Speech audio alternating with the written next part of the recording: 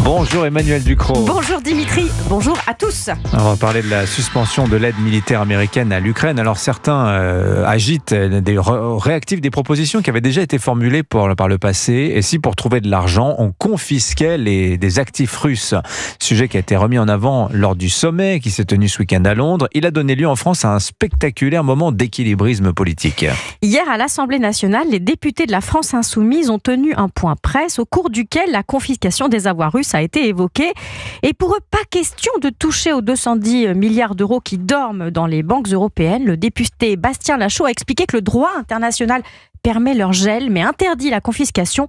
Il faut s'en remettre au droit international. C'est aussi l'avis du gouvernement. Oui, mais qui n'est pas partagé par d'autres États européens et pas non plus par certains spécialistes du droit international, justement, qui expliquent que ce serait certes compliqué, mais que l'interdiction peut tout à fait trouver un cadre légal. Mais tout cela est presque anecdotique au regard de l'argumentaire développé ensuite par LFI. Alors, Bastien Lachaud, le député, a expliqué sa position au cours d'une longue...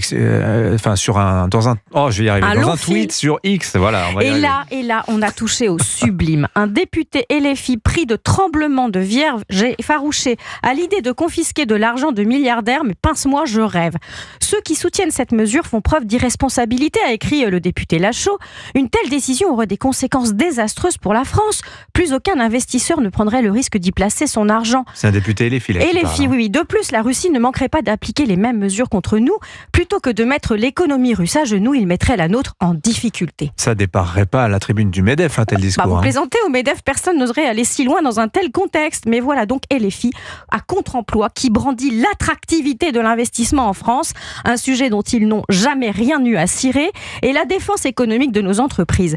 Sachant que le parti menace en toute autre occasion de les ratiboiser pour leur apprendre à sucer la moelle des pauvres travailleurs, tout ça est quand même très savoureux. Les députés d'extrême gauche passent leur journée à vouloir réquisitionner les fortunes des millionnaires français. On ne parle même pas des milliardaires qu'ils rendent responsables de toutes les inégalités, du changement climatique, du déficit des retraites et sans doute de la peste et du choléra. Et voilà qu'un député appelle soudain avec des trémolos dans le tweet à épargner les oligarques russes, les proches de Poutine et leurs fortunes bâties sur l'oppression. Visiblement, tout ça est plus respectable à leurs yeux que de gagner de l'argent en vendant des sacs à main. D'autant qu'en 2022, Jean-Luc Mélenchon avait dit exactement l'inverse de Bastien Lachaud. Oui, dans une note de blog au début de la guerre, il appelait à mettre la main sur tous les biens russes, comptes en banque, appartements et villas. Il n'était alors pas question de droit international. Mais depuis, LFI s'est engagé dans un jeu cynique, votant systématiquement au Parlement national et européen contre l'aide à l'Ukraine. On ne sait pas trop pourquoi, peut-être parce que le parti espère que ça contribue à une mécanique du chaos dont il espère profiter, peut-être aussi qu'il est contaminé par la propagande russe. Ce ne seraient pas les seuls sur l'échiquier politique français.